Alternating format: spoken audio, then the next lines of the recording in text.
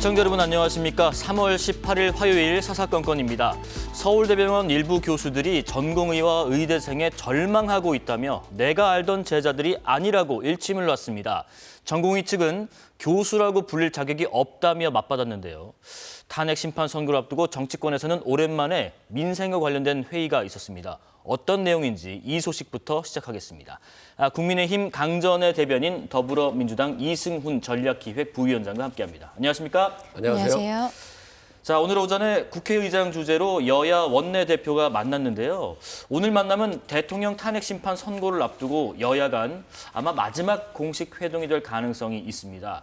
오늘 회동에서는 연금 개혁과 추경 예산 편성 등 민생 의제들이 오랜만에 올라왔는데요.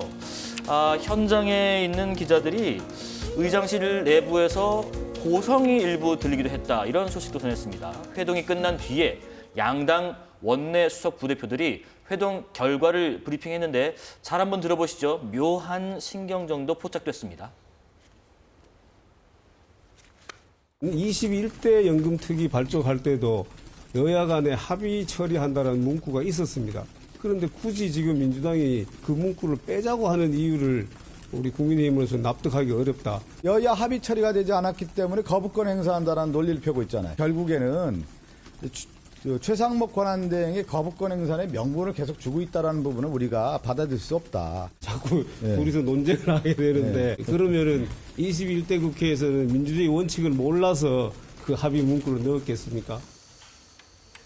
강전의 대변인, 보통 이렇게 회동을 의장 주관으로 하면 어떤 합의 결과에 대해서 이렇게 브리핑을 하고 나머지는 뭐 추후에 뭐 알리겠다든지 하는데 서로 납득하기 어렵다, 받아들일 수 없다 이런 얘기가 오갔습니다. 연금특위 구성 합의가 오늘 회동의 핵심 쟁점이었던 것 같아요. 그렇죠. 지금 서로 간의 기싸움이 좀 팽팽한 것으로 보입니다. 결과적으로 연금에 대해서 이 개혁을 해야 된다는 것, 그리고 보수 개혁 이런 것들에 대해서는 어느 정도는 합의가 이루어진 것으로 보이는데 기싸움이라고 말씀드린 건 뭐냐면은 민주당은 복지위에서 처리하자라고 이야기하고 있는데 복지위는 위원장이 또 민주당이에요. 그리고 연금 특위 같은 경우에는 특위위원장이 국민의힘 의원으로 되어 있습니다. 그러니까 누가 주도하느냐를 국민들께 보여주고 싶다. 이것이 혹시라도 있을 수 있는 이제 조기 대선 국면에 있어서 연금도 굉장히 핵심 의제가 되지 않겠습니까?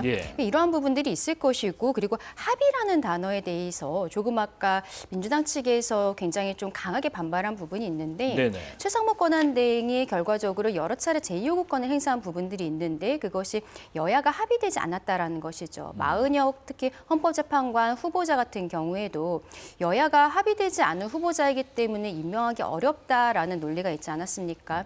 민주당 측에서는 최상목 권한대행이 그동안에 합의라는 단어를 쓰면서 계속적으로 제2요구권, 거부권을 행사했기 때문에 이러한 문구를 빼자라고 지금 이야기를 하고 있는 거예요. 근데 또 국민의 입장에서는 21대 때에도 들어가 있었던 것이고 그리고 어떻게 보면은 연금이라는 큰 주제에 있어서는 당연히 여야의 합의가 있어야 되는 것 아니겠습니까? 그 문구를 뺀다는 것이 그냥 대외적으로 보여주기식인 것이고 제가 생각하기에는 민주당 측에서도 결국에는 합의가 있어야 되지만 그 문구 자체를 지금 최상목 권한대행의 상황과 좀 빗대어서 이렇게 강하게 정쟁용으로 하기 위해서 한 이야기가 아닌가 보입니다. 이런 것들은 조금 우리 국민들 입장에서는요.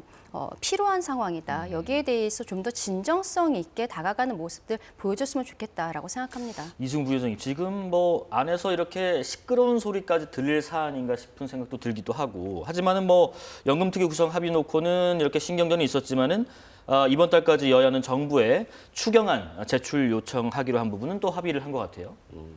지금 빨리빨리 합의를 해야죠. 12.3 내란 사건 이후에 굉장히 민생이 파탄나 있기 때문에 추경 부분도 좀 적극적으로 해야 되는데 이상하게 정부에서 최상목 권한대행이 추경을 제대로 안 한단 말입니다.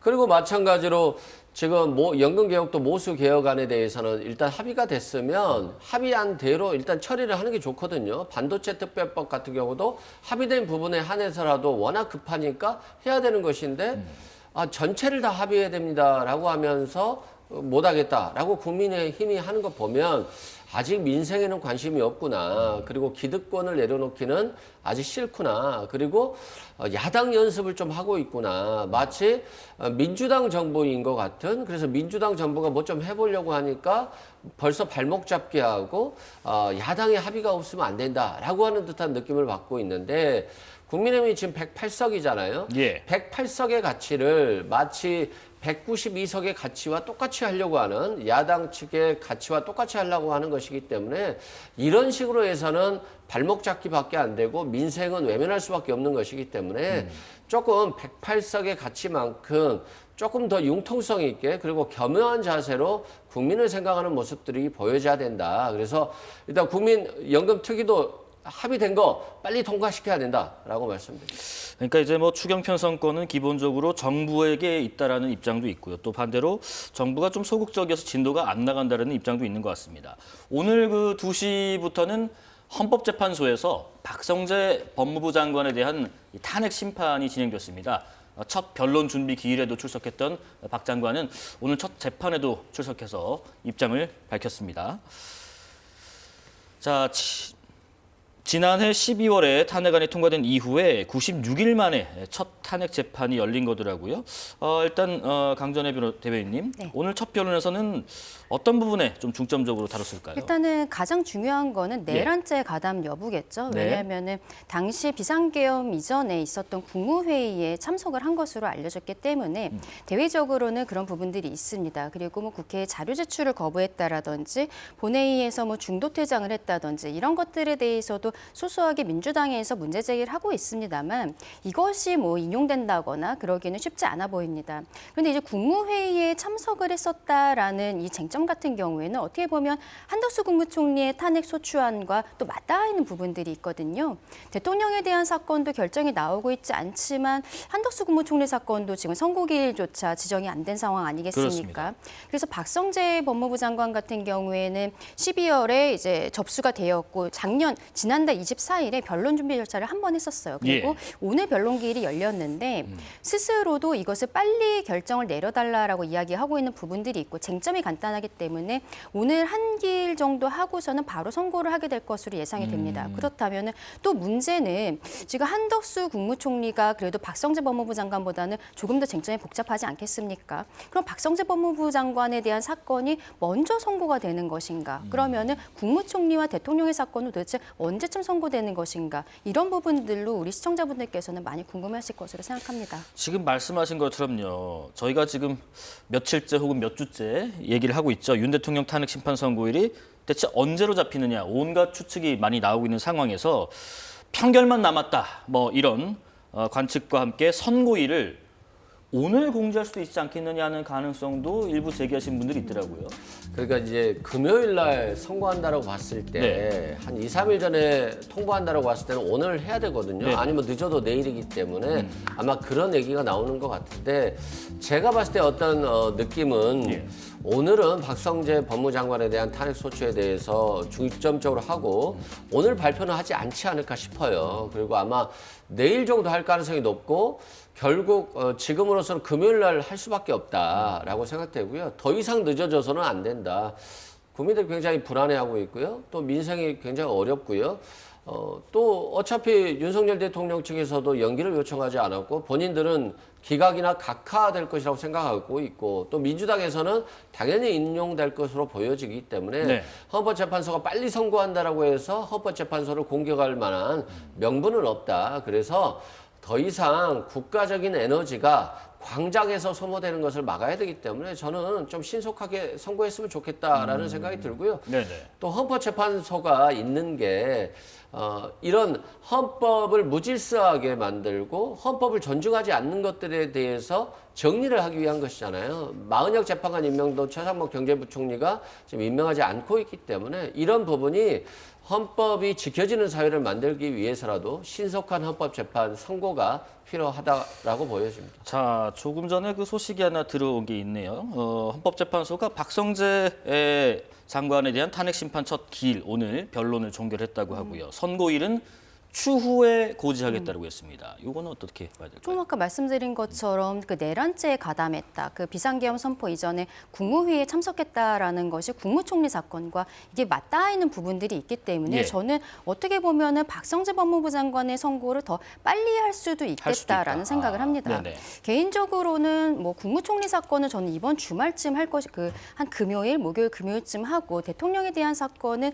한 다음 주경 선고하지 않을까라고 생각을 했었던 부분들이 있는데 일각에서는 지난주에 뭐 감사원장과 그리고 검사 3인에 대한 선고가 같이 나오지 않았습니까? 예. 그래서 국무총리와 대통령도 같은 날 선고하지 않겠느냐 이야기 나오지만 저는 쟁점을 좀 정리할 게 있어서 네. 국무총리 사건을 먼저 할 거라고 봅니다. 왜냐하면 국무총리에 대해서는 아마도 기각될 것이다라는 것이 법조계의 대다수의 시각이거든요. 뭐 헌법재판관을 임명하지 않은 부분에 대해서 지금 최상목 권한대행에 대해서는 권한쟁의 심판 결과에 있어서는 어떤 위헌 위법하다라는 판결이 나오긴 했지만 그것이 파면에 이를 정도라고 보기는 좀 어려울 것으로 보여요. 네네. 그렇다면은 이것이 만약에 그 지금 국무총리가 한덕수 국무총리가 그 권한대행의 자리로 돌아오게 됐을 때 쟁점은 최상목 권한대행이 임명한 2명의 헌법재판관 이들에 대해서 임명의 효력이 소급해서 무효가 되는 것은 아니냐라는 이야기가 있거든요. 네. 그래서 저는 헌법재판소에서 국무총리 사건을 먼저 결정을 하고 그리고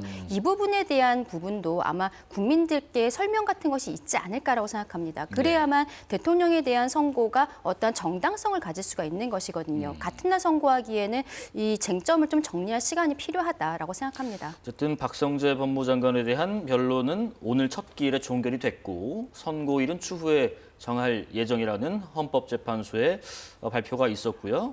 강전의 대변인께서는 이제 국무총리에 대한 판단을 먼저 좀 하지 않을까라는 네. 생각을 또 하고 계십니다. 윤 대통령 지금 탄핵 심판 이 선고만을 어떻게 보면 남겨놓고 있는 상황에서 그러면 역대 대통령들 탄핵 심판 결과를 가른 근거들 무엇이었는지 주목받고 있습니다. 노무현, 박근혜 두 전직 대통령들의 이 탄핵 재판에서 인용 여부를 가른 거는 헌법 위반의 중대성. 노무현 전 대통령의 경우에는요. 헌재는 헌법수 의무를 위반했다라고 판단했지만 대통령직을 박탈할 정도로 중대하지 않다고 판단해서 기각을 했고요. 박근혜 전 대통령의 경우는 헌재는 중대한 법 위반 행위를 했다면서 헌법수 이익이 파면으로 생기는 국가적 손실을 압도할 정도로 크다는 내용까지 결정문에 담았습니다. 여기에 헌재는 박 전 대통령이 국민 신뢰를 회복하려는 노력이 없었다고 꼬집기도 했는데요. 이번에는 이승훈 부위원에게 먼저 여쭤볼게요. 지금 윤 대통령의 경우에는 두 대통령과 달리요. 직접 헌재 출석해서 계엄 선포 배경 그리고 과정을 직접 설명하고 국회 측의 주장을 반박하기도 했는데 이게 지금 헌법수 의지와 중대성을 평가하는데 영향을 미칠까요? 일단 헌법 절차에 네. 좀 협조했다는 측면에서는 좀 도움이 될지는 모르겠습니다만 워낙 사안이 중하죠. 직무집행에 있어서 중대한 위법행위라고 볼 수 있기 때문에 헌법재판에 참여했다라고 해서 예.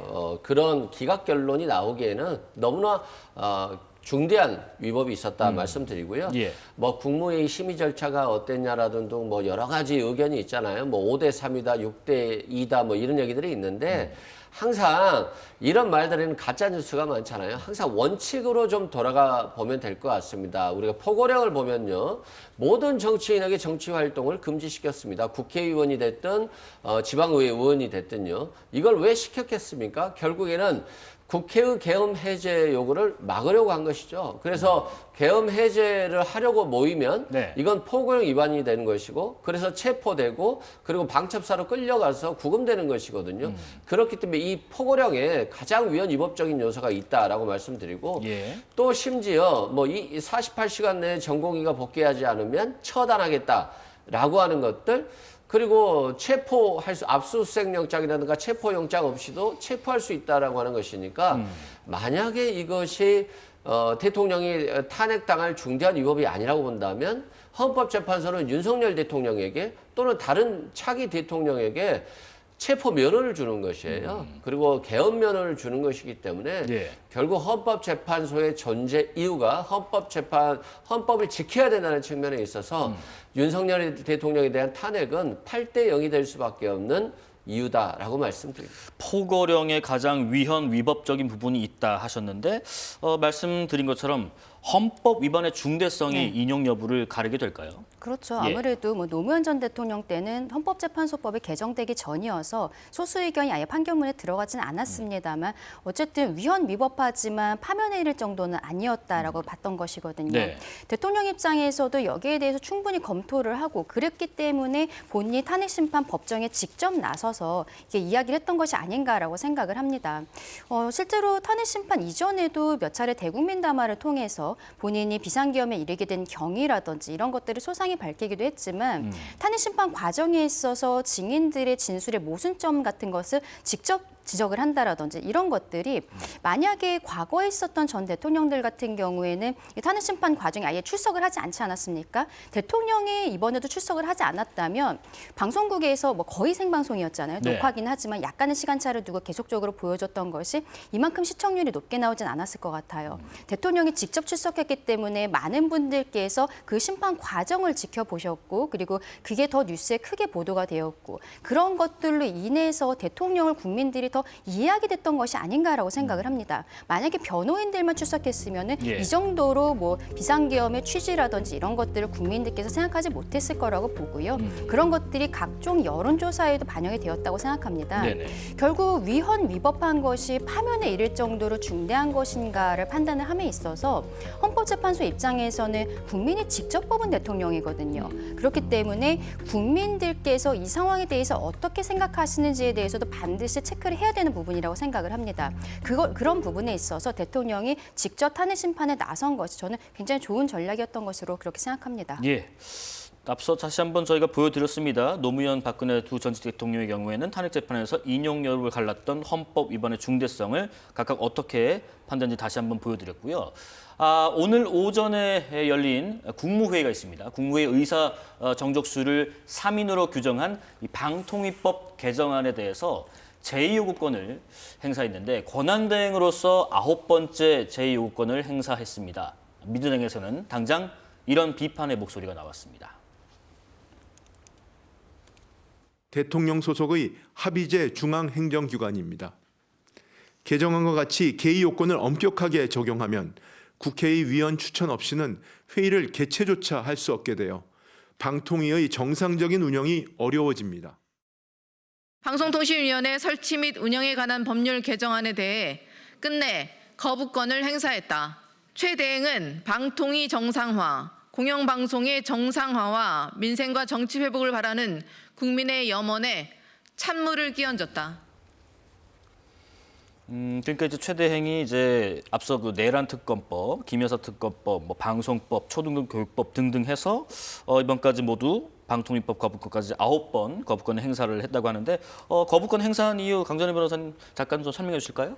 일단은 3명으로서 그 이사 정족수를 만들겠다라는 건데 예. 지금 방통위 같은 경우에는 대통령이 임명한 사람 2 그리고 국회 측이 3명인데 여당이 1명, 야당이 2명 이런 형태로 지금 되어 있습니다. 네. 그런데 3명 이상이 되어야만 회의 자체를 개최할 수 있다라고 하면은 국회에서의 추천이 없으면 이 방통위 자체가 그냥 식물 방통위가 되어버리는 상황이 되거든요.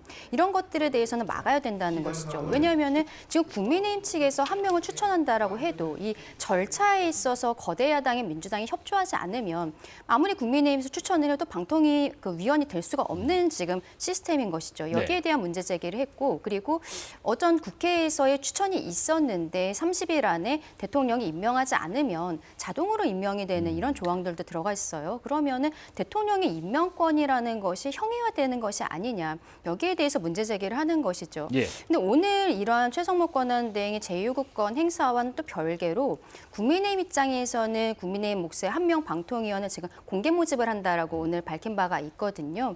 이렇게 법으로서 무리한 법으로서 처리를 하기보다는 여야가 본인 몫의 방통위원들을 추천을 하면서 정치적으로 이게 좀 풀어갈 수 있는 방법들을 찾는 것이 정치의 역할이 아닌가 그런 생각을 해봅니다. 하지만은 뭐 과방위 소속의 그 야당 의원들은 앞서 보신 것처럼 비판을 했죠. 공영방송 정상화에 찬물을 끼얹은 것이다. 이렇게 얘기했습니다.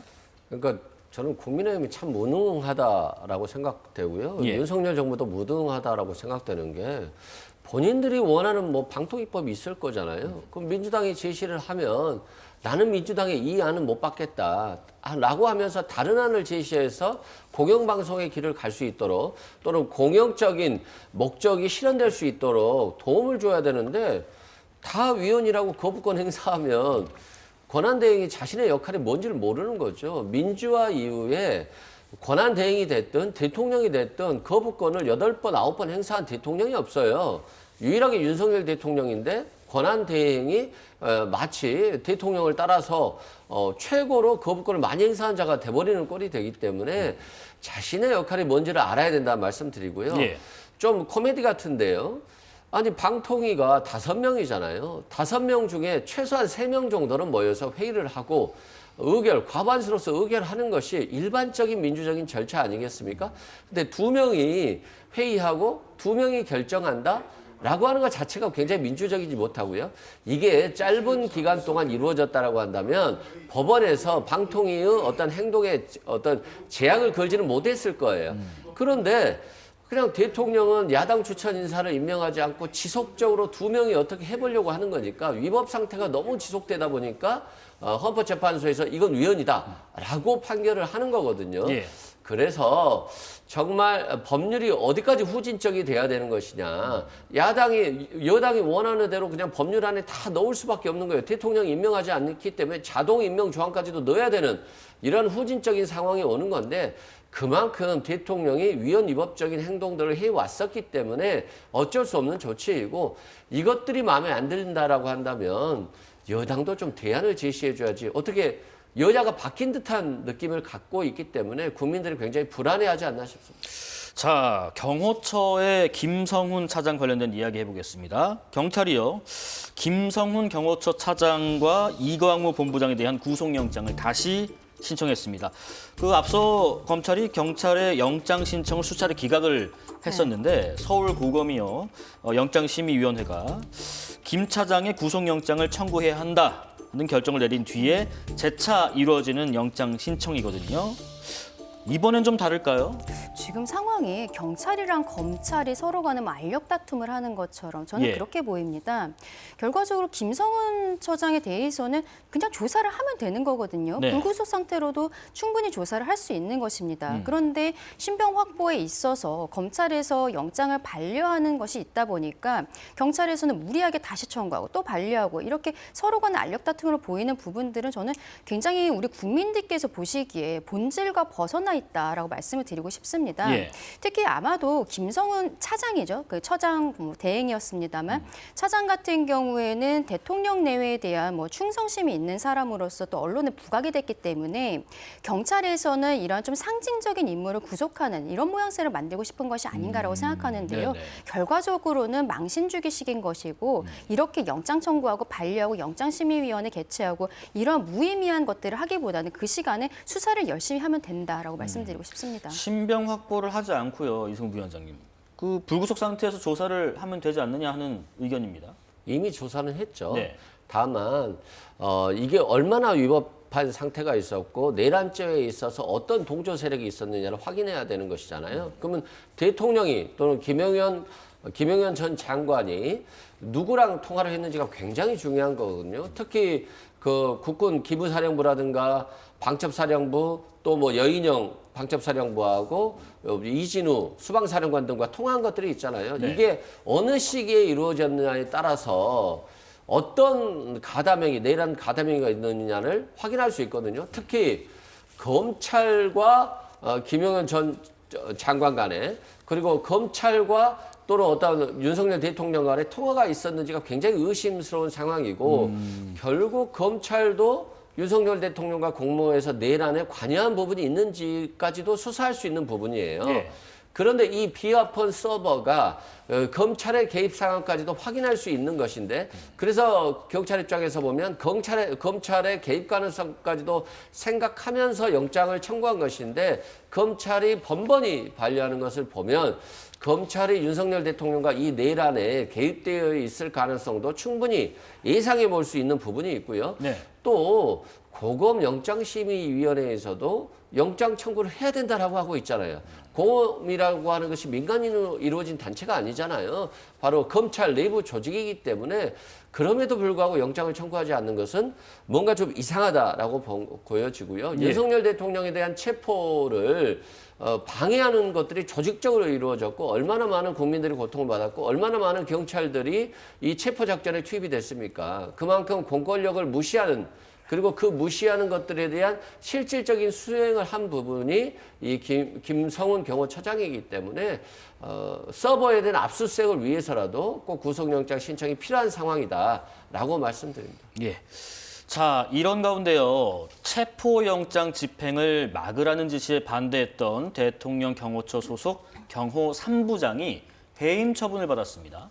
경호 3부장이 지난 1월 말에 국회 국정조사 청문회에 나와서 증언한 내용을 잠깐 듣고 오겠습니다. 차장 주관 회의 때 저를 비롯한 대부분의 현장 지휘관들은 2차 체포영장 집행에 협조해야 한다고 의견을 제시를 했었습니다. 일부 지휘관들은 협조하지 말아야 된다고 의견을 낸 걸로 기억을 하고 있습니다.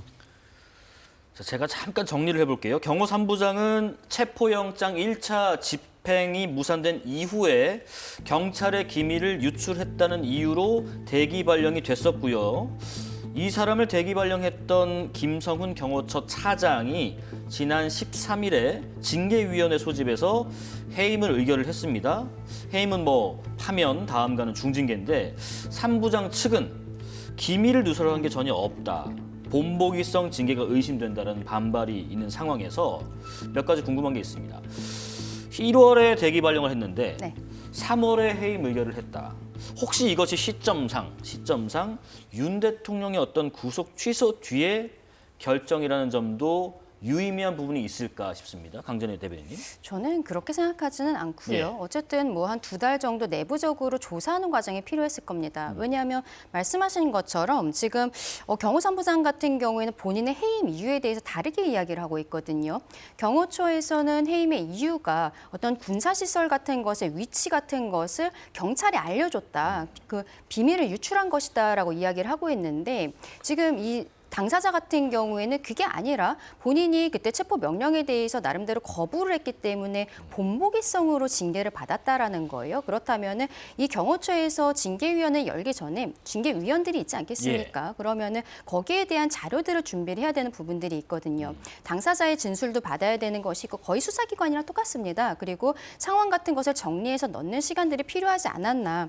뭐 대통령의 구속 취소 이후에 뭐 말하자면 뭐 김성훈 차장이 어떤 조금 더 앞서 나가갖고 이 사람을 징계한 것이 아니냐라고 이야기하는 것으로 보이는데 그런 것들은 좀 아니라고 생각을 합니다. 네네. 그리고 결과적으로 저는 이 당사자가 경호 3부장이 아마도 징계무효 소송을 제기하게 되지 않을까라고 보여요. 그러면은 거기에 있어서 다시 시시비비가 가려지겠습니다만 결과적으로 해임의 이유라는 것에 있어서는 이런 비밀이 누출된 것에 있어서 좀 구체적인 상황이 나왔기 때문에 해임까지 가는 것이거든요. 근데 이것을 본인이 이런 형태로 징계가 보복성이다 이야기하는 것은 좀 정쟁화시키려는 의도가 있는 것이 아닌가라고도 생각합니다. 예.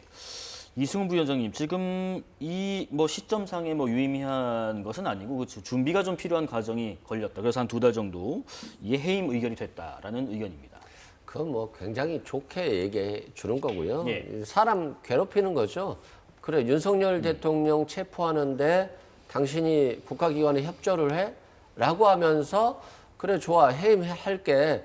너가 뭐 행정소송이나 행정심판을 통해서 복귀하는 것은 너의 자유인데 일단 고통 좀 받아봐 라고 하는 어떤 본보기성 질문이고요. 또 김성호 경호처장이 이제까지는 해임 의결을 못했었죠. 그런데 대통령이 돌아오니까 한 거잖아요. 그건 김성호 경호처장도 대통령이 돌아오셨으니까 든든한 백이 있다라고 생각한 거고 대통령 입장에서도 자신의 어떤 체포를 저지하려고 하는 지시에 대해서 경호 3부장이 내놓고 거부를 한 거잖아요. 그렇기 때문에 여기에 대해서도 굉장히 괘씸죄를 삼았던 것 같고요. 그런데 경호 3부장이 이 비밀을 누설했다라고 하는데 뭐 북한에 누설했습니까? 아니면 외국 국가기관에 누설했습니까? 그건 아니잖아요. 적법적인 절차에 따라서 체포하려고 하는 경찰, 국가 공권력에 협조해줬을 거란 말입니다. 만약 이게 진실이라고 한다면 그런다라고 하면 합법적인 행위를 한 것인데 이게 해임 사유다?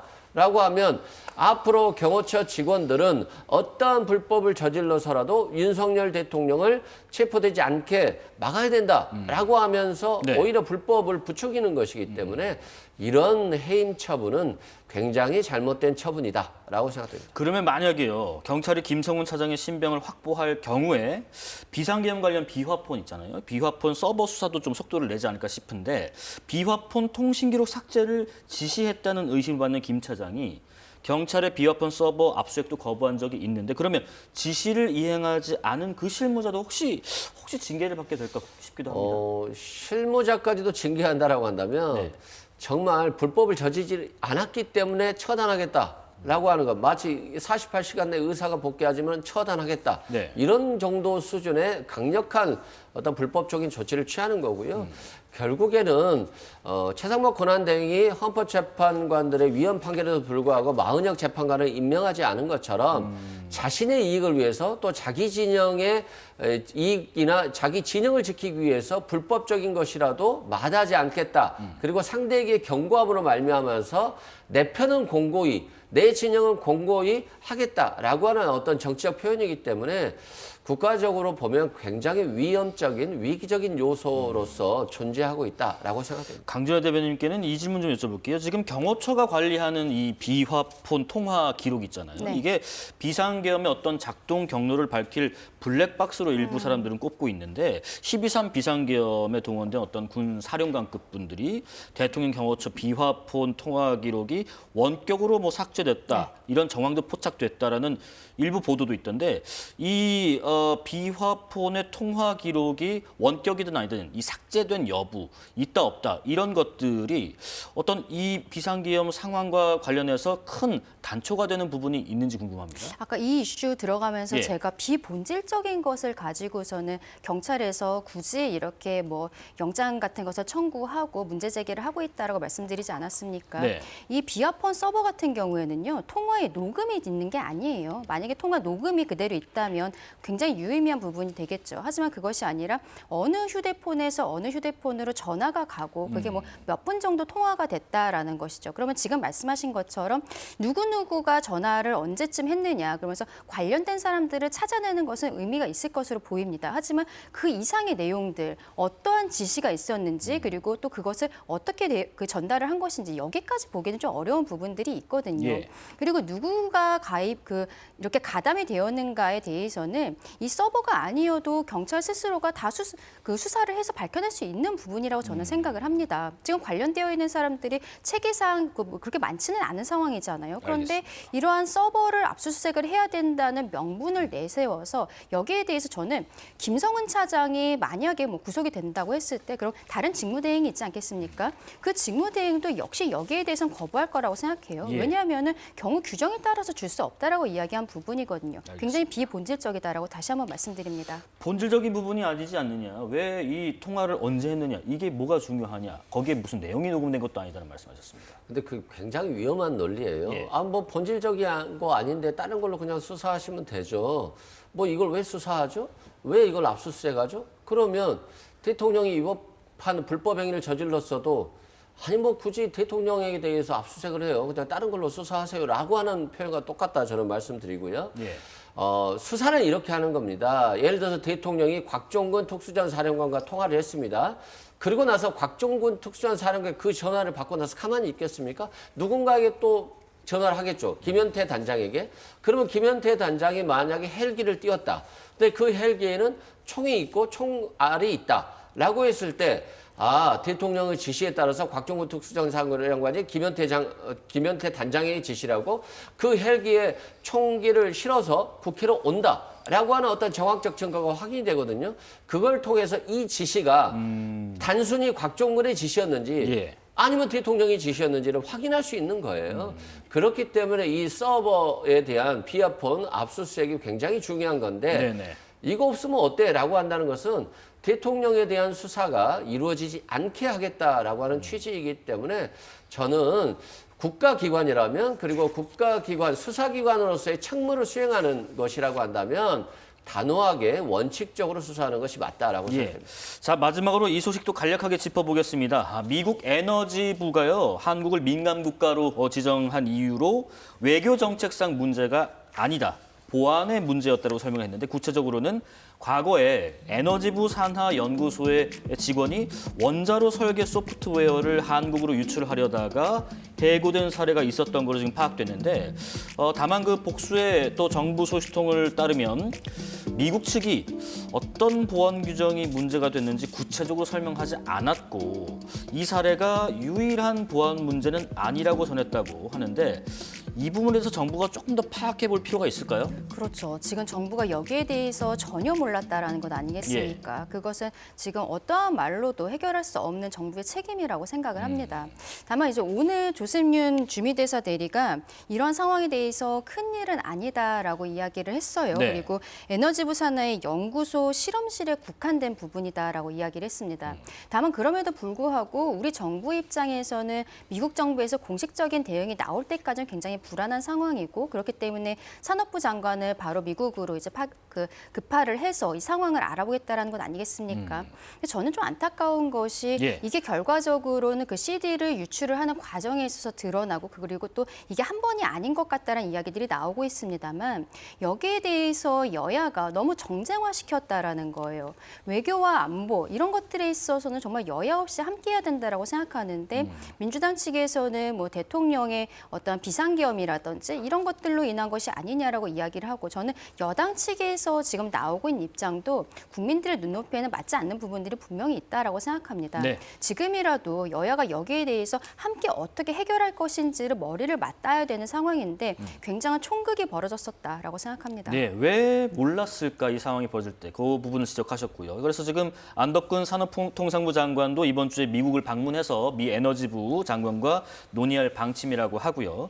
최상목 대행도 이제 관계기관들의 미국 측에 적극적으로 설명을 해서 과학기술 또 에너지 협력에 있어서 부정적 영향을 미치지 않게 노력해달라 이런 얘기를 했습니다. 조금 전에 그 강전의 대변인께서 당부하신 것처럼 이승훈 부위원장께서도 이게 사실 어떻게 보면 국력을 좀 모아야 될 사안인데 지금 여야가 지금 책임 공방을 이어가고 있는 상황이 참 안타깝습니다. 당에 혹시 이런 부분을 좀 얘기를 좀 전해주셔야 될 텐데 해결책 여야가 정쟁이 아니라 이렇게 좀 현명하게 헤쳐나가야겠다. 무슨 말씀을 하시겠어요? 정쟁을 하지 않으려고 한다면 정부가 국민에게 진실해야죠.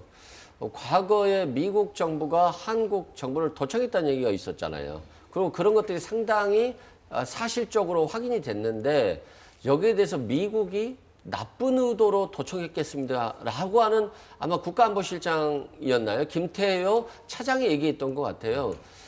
아니 나무집을 도청했는데 피해를 입은 집에서 선의로 했을 것이다 라고 얘기하는 경우가 어디 있겠습니까? 그런 마찬가지로 이 경우도 민간 국가에 지정됐는데 국가에 지정된지를 몰라요.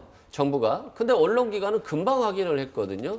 그렇다고 하면 국가의 정보 시스템이 언론기관보다도 못했다라고 하는 것이니까 상당히 심각한 수준이고 알면서도 은폐했다라고 한다면 국민들께 자신의 무능함을 숨기려고 한 것이기 때문에 결국 안보에 불감증인 것이지 야당 탓할 부분은 아닌 것 같고요. 그래서 최상목 권한 대행 가지고는 트럼프 대통령과 대화조차도 못하고 있기 때문에 빨리 헌법재판소에서 판결한 이후에 조기 대선을 통해서 유능한 정부가 들어서는 것이 결국 이러한 국가적 위기 상황을 해결하는 것이다라고 말씀드립니다. 예, 정치권 소식 국민의힘 강전의 대변인 더불어민주당 이승훈 전략기획부위원장과 함께했습니다. 고맙습니다.